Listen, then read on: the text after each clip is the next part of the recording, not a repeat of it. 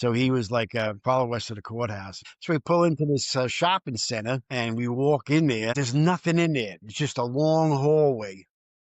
And at the end of the room, or long room, I should say, is a desk. But there's no judge or nothing. And the cop goes, hold on a minute. He's probably at the diner. And then he comes back with the judge. Oh, okay. And he comes in, he puts his robe on, he gets behind the desk. Hey, Hi, Granddaddy. hey, how you doing? Good. How are you? Good. I hear we're here to talk about the New Orleans experience. Yeah, we've been talking a little bit about it, and I thought maybe it'd be good to, since we have a limited amount of time today, we can just chat on that one. Yeah, we already spoke about how I went AWOL and came back, and I wanted to go to the Mardi Gras. So my brother and I, we drove down from. Well, he was discharged, unable to adapt to military life. They put him in the psycho ward with the Marines, and because you got to pretend to be crazy. You can't let them know because you get caught in a catch-22. If you say you're crazy, they know you're not. So you have to act crazy. Right. And so they threw him in with Right. these Because guys. it's very sane. That's the catch-22. Yeah, and I actually went. Sane to not want to go into battle. Yeah, I actually So went. that if you say you don't want to go to battle, then you can't. Right, You must not be crazy. right. Right. He was in the I think they called it Ward L, and everybody used to say the Looney Ward. And I went to visit him, and I met some of the Marines there, and he took me aside. Some of these people are really crazy. They were messed up in Vietnam or whatnot. So anyway, he comes down. We drive down. He has long hair. I had to get my hair cut because I'm going down there to, because I went AWOL because I didn't get a haircut. Now I had to get a haircut when I turn myself back in. So when I get to home and my brother says, he goes, I'll go with you. We can go to Mardi Gras. So we decided, and of course I had to finish the captain's mast and everything worked out right. But on the drive down, we get pulled. We're following a guy from Virginia, and I guess he was speeding because we got pulled over for speeding. So we get pulled over by this cop in Virginia, and we're saying we were following another car. Why didn't you follow them? We figured because he had Virginia plates and we had New York plates. Right. So he pulls us over, and we're sitting there waiting for the ticket, and he goes, "On the authority of the state of Virginia, I'm placing you under arrest." Under arrest? And he goes, "Follow me to the courthouse." I go, okay. So he takes off, and I follow him. Mm-hmm. And wait, so Uncle Billy was in the cruiser with the cop? no, we were both in No. our own car. Billy might have been driving. I don't know. Oh, right. You guys are showed him following. my military pass. He might have let me go, except my brother Billy was with me, and he looked a lot similar to the way David Crosby looked when he had hair, and he had a big, thick mustache, long hair, sleeping hippie noon.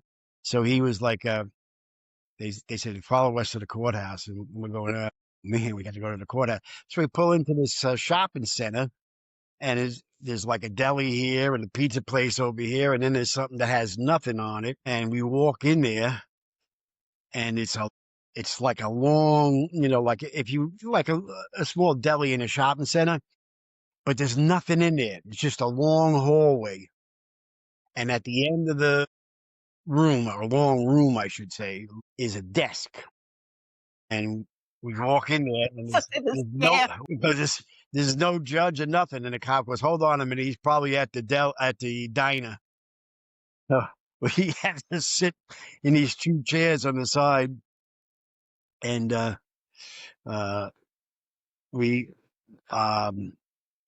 leaves, and then he comes back with the judge.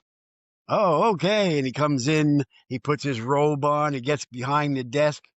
Right as we're about to be called up, an African American guy comes in. I got it, Judge. I got it. He goes, oh, okay. He counts out the money and gives it to the judge, and the judge says, okay, you're bailed out.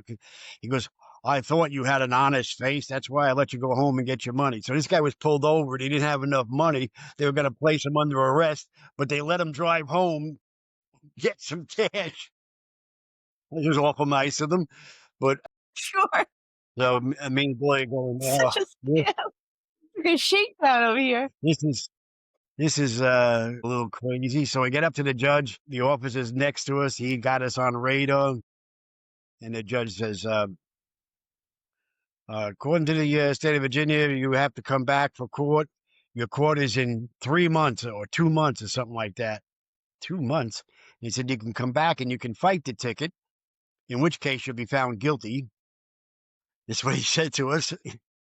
You can come back and fight the case, in which case you'll be found guilty, or you can pay a fine of I think it was $30. $30, and if you don't show up for the court date, your fine will be your bail will be turned into your fine. Okay. So we had to scrape up. We had $30. I think we had like $5 left after that. So we gave him the. And this is like 1970 or something like Yeah, this? this is 1970. Yeah, I wonder what the inflation is on that. Yeah. So he lets us go. Well, yeah, like $20 was worth more than $100 today. So it goes $30. So we go, oh well, we at least we got to get out of there, and we drive down to Florida. And my brother, goes and visit his friends at the main base in Pensacola, and I go into my captain's mast. And when it's all said and done, we decide to go to the Mardi Gras. So I hook up with my brother, and then I'm gonna pause for 1 second, Dad, I just looked it up. $30 in 1970 is worth $250 today. yeah, right. That's what I said. It was like $30, It's substantial. man. So we paid the $30, and we go in there. Now we're going to the Mardi Gras. So I think it was still my car we had, because I had a car. I don't know if anybody I don't think we took two cars, because we drove my. No, that was it. What car did we drive? I think that's the car I kept. Because I went AWOL, I took a bus home. Then I drove. I think that's what happened. I'm not positive. But anyway, we go to the Mardi Gras, and it was crazy. So we decide to do some drugs. We're smoking and drinking As you beer, do in that time. smoking pot, and they want to get some better drugs, psychedelics. My brother and his friend were doing LSD while they were waiting for my captain's mast, I guess. So, and the other guys weren't. So we get down there, and they buy psilocybin, which is magic mushrooms. And we all take a chunk of magic mushrooms, and we go off. Now, I had never done any psychedelics other than, alcohol, which can be a little alcohol. I blacked out, did things that people told me. I says, oh my goodness, I was scared of blackouts more than LSD. So we take the psilocybin, and they split up. The two guys that didn't do LSD, they separate and go somewhere else. And me and my brother and another friend, his other friend, were together. And they didn't feel high at all. And they go, do you feel high? I said, no, I don't feel nothing. But did you? What? Did you feel high at the I time? couldn't tell you what I was feeling, because I was already high. And now the mushrooms can be very, it's not like an LSD trip. It's a lot milder, especially the LSD that we had, because the LSD, it wasn't pure LSD. It was cut with strychnine and methadone and a couple of other things, arsenic, all these things like arsenic and strychnine. That would get you, I mean, strychnine, not arsenic, but it would give you rushes, and the meth would keep you awake so you wouldn't fall asleep on it. So, like if you take the LSD there, you're not falling asleep. You're not going to sleep at all, because now you're full buzzed. But anyway, they go, okay, neither one of us, we didn't feel it. So fine. We got ripped off, they said. So they went and they found a guy selling orange. It's called Orange Sunshine. That was the name of the drug. And you knew it. Orange Sunshine usually was cut with certain things. Purple Haze was cut with something else. So I found that out later. But anyway, we take my brother gives me a quarter thing of, we buy a couple of tablets. He breaks it in half, and then he broke another half in half, and he gave me that. So now we go into a restaurant or something, or a show, and we're sitting at a table, and I move my hand, and when you move your hand, you see your hand it's like it's going, bup, bup, bup, bup. They call it trails. So you go like this, and you stop your hand, and then all these trails of your hand would go, and then your hand would be complete again. And that's why they used to sing the Roy Rogers song, Happy Trails to You. It became a hippie thing. Happy trails to you. All these double So entendre now all I'm the going time. like this, like, wow, look at this. And my brother goes, stop doing that. Everybody will know you're on LSD if you're doing that. So then we get outside and we meet the other two guys that we're down there with. And they go, hey, my brother goes, here, I got some LSD because the other stuff was bad. And they go, oh, no, man, this stuff is great. We're like flying. We probably didn't wait long enough. The mushroom, it was probably a half hour later, I ain't feeling anything. I didn't really notice anything either. And so my brother Billy picks up this thing. He goes, what am I going to do with the rest of this LSD? Because he had the two, a double hit, one for one guy and one for the other guy. He goes, what am I going to do with it? And he's holding next to me. And I go, I'll take it. And I grabbed it right out of his hand with my mouth. And my brother looked at me and goes, what are you, an idiot? And he goes, oh, man. And he told me later, if I was anybody else, he would have left me there. He was like, I went into a total surreal area. I'm in the Mardi Gras. It's wall to It's like wall people. It's like being right. in Times Square on New Year's Eve, only everybody's moving. You're going down Bourbon Street and then back up. It's in constant motion. People come up to you, and people are passing marijuana back, and you just keep and drinks out a bottle of wine. You drink a bottle of wine, you pass it on. We're all walking around there. At one point, I get stuck behind this lady because it was like the street, and we had to wait for something to go by, a parade. I don't know what it was. So the whole thing's procession stopped, and this lady's hair was right in my face, and she had like a beehive, like Marge Simpson type of blonde. And I'm looking at it. All I saw was all these crystals, and it was blonde hair, and it's like, and the hair, the crystals were waving all over, and I had no idea what it was, and I just grabbed it and squeezed it. Of course, the lady screamed. And her boyfriend or husband said, what the hell? And my brother Billy grabbed me by the collar, and and if everybody starts moving forward, and he's dragging me backwards by my collar through the crowds So you don't get your to get butt away kicked. from this guy. Yeah, that's right. And I'm walking around. I thought I walked through a telephone pole. I said, wow, I can walk through telephone poles. It was like everybody I saw, because I have 8 brothers and 5 sisters. But everybody I saw looked like one of my brothers or one of my sisters. Didn't matter what they looked like. They could have been black, they could have been Asian, they could have been Irish. It didn't matter. Could see the family resemblance in everybody at the Mardi Gras. We're all one big family. Then I took a deep breath and I got to smell, and it smelled like my mother and father's house, like mom and dad. And then I hear this voice says, yes, I am your father and your mother. I am God. Come to me.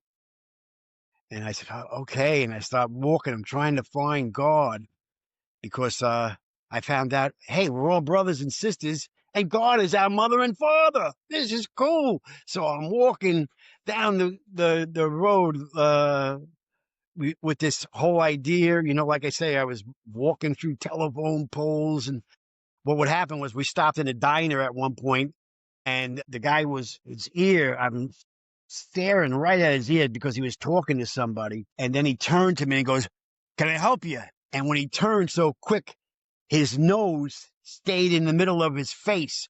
And all I No, his ear. his ear, I'm sorry, his ear was right in the middle of where his nose should have been. I'm like, holy mackerel, look at this guy's face. He's got an ear where his nose should be. It's like a Picasso. Yeah, a bit of a Picasso, which I don't like Picasso's art anyway. I think it's like totally overrated. Anyway, Overrated. But You anyway. look at something Leonardo da Vinci did, and you look at that intricacy, and then you go, and he was a genius, and so was Picasso. You go, yeah, well, I think Da Vinci did a little Context. better job with his craft. But anyway, I'm walking around there, and then what happened was everybody at that point, after I realized all this, anybody I stop and see somebody, and all I heard anybody say was who, what, where, why. Nobody said how, and that was running through my brain. Who, what, where, what? Who is this? Why are we here? Everything was who, what, where, why. Who, what, where, why.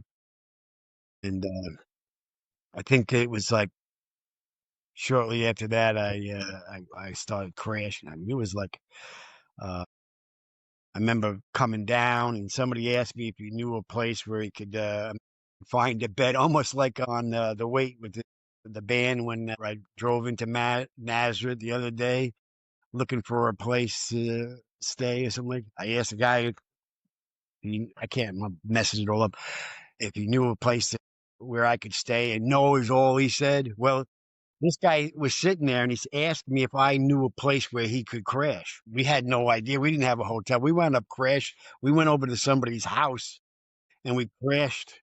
I don't even know where we were. I think we drove like 5 minutes out of New Orleans and we're in his house. And the house was covered with people and everybody's sleeping on the floor, all these hippies and things, Navy looking guys. I just had my hair cut, so but yeah, and then my brother told me if I was anybody else, he would have left me because he was dragging me out of this situation, dragging me out of that situation. At one point, we went into this place near the end of the day because there was police going around, and the police were making threatening noises. We'll arrest people. We're going to arrest people if you try to sleep in the park, and because people had set up tents in the park somewhere, and we went into this one place and was sitting there and all of a sudden, like 4 cops come rushing in the door, running. And we thought, oh, crap, we're busted because there was hardly anybody else in the place. They were hiding. There was a street sweeper coming by and getting out of the way. So they just ran in there and we just happened to be in there. We thought we were going to get arrested, but we didn't. And then, like I say, I woke up in that other people's houses and that was the end of my trip. But it was quite an experience, that like I say, it was like, I kept thinking like, I thought I cut myself, but I didn't, which could be dangerous. I said, "Oh, wow, look at that. It's not even bleeding. I'm cutting myself with my finger or something. And I'm bleeding. I thought I was bleeding. That's right." And I said, "It doesn't even hurt." All this time I said they told me that if you cut yourself, it would hurt, but it doesn't. I said, "Oh man, this could have been really strange. My brother wasn't there." Yeah, it coulda gone south real quick. Yeah. But yeah, so after that was all over, I told Billy and the other people what I went through, and they said they never experienced anything like they had trips where they had trails, and you'd focus on something, and it would just keep changing, and it's like it was strange to say the least that I was in another dimension. I went off into another dimension, and the whole time I was there doing this thing, and it was like just like unreal. Everything was so realistic, surreal, I should mean. And it was like a whole time in my head, the back of my head, I knew I'm on LSD Right. and You never lost that. I will be coming down soon. I'll come back to reality. The whole time I was there, I knew I was on LSD. Okay. It was, But it was almost a religious experience but too. yeah, and it's like that's not uncommon. In fact, peyote and mushrooms were taken by Native Americans as a form of religion, and in ancient times they did it too. They used it that way. Did you hear this theory about Moses and the burning bush being Yeah, like, the bush psychedelic. was something Yeah, some type of psychedelic thing. The oil Yeah, on the yeah, bush was burning. I listened to that. Joe Rogan likes to get into that kind of stuff. Yeah, yeah, They yeah. were all high on this, and that's why they. Okay, maybe some of them were, but I don't think everybody was high that had the religious experience. Right. And at the very least, it was that, he didn't talk about it the whole rest of his life. That was that Yeah, potentially that one first experience, and Moses did a lot of really amazing things outside of that one yeah, time. yeah. So it was like uh, you know, uh, but that was my. Afterwards, I thought to myself, "Wow, I can't wait to do this again." No. And I became a psychedelic head or whatever. A psych head. I started anything Jonathan, you psychedelic, mescaline. hold on, Granddad. Jonathan, you come say hi? Hey, Granddad. Hey, how you Oh, doing? Good. How you doing? Good. I'm just giving away all my Got it. what? Got it. I'm just doing homework. I was just saying how I met God. I found out it was my When you were mother and father. in the trailer? No, it was in New Orleans when I was on LSD. I thought God was my mother and father. I thought my mother and father were God. And of course, later on in my life, I realized, when you're little, your mother and your father is God to you. Yeah. You know, like I was 5 years old. Nobody was better than my mom. Nobody was better than my dad. My dad could beat everybody up and every other person up in the world. He was basically God. As you get older, you realize you're not, and then you get disappointed and you rebel. And what do you mean my parents aren't God? You're not God? yep. So, yeah, I was a Right. late bloomer. He's got some homework to do still. Yeah. I'll talk to him later. I was sort of a late bloomer in that sense, like realizing that you're somebody. I mean, I was in the Navy when I had consciousness of it before that, but it was like when I first got into the Navy, I think I started thinking, I am this human being. That's what I started thinking, wow, I have consciousness, and I still feel like that's why I believe that right now we are separated from God, because if we weren't separated from God, we would have no sense of consciousness, because God's consciousness would be so strong or so predominant that we'd get lost in it and have no sense of identity. So going through life separated from God gives us a sense of identity. I do have an identity but I am in God's families. Right, right. And then someday we'll be reunited with him. Yeah, we are already, I think, because I think everything is made from God. Everything is just God slowed down. The spirit world and the material world are actually one. We just don't realize it. I think we might have realized it in the garden before we lost it.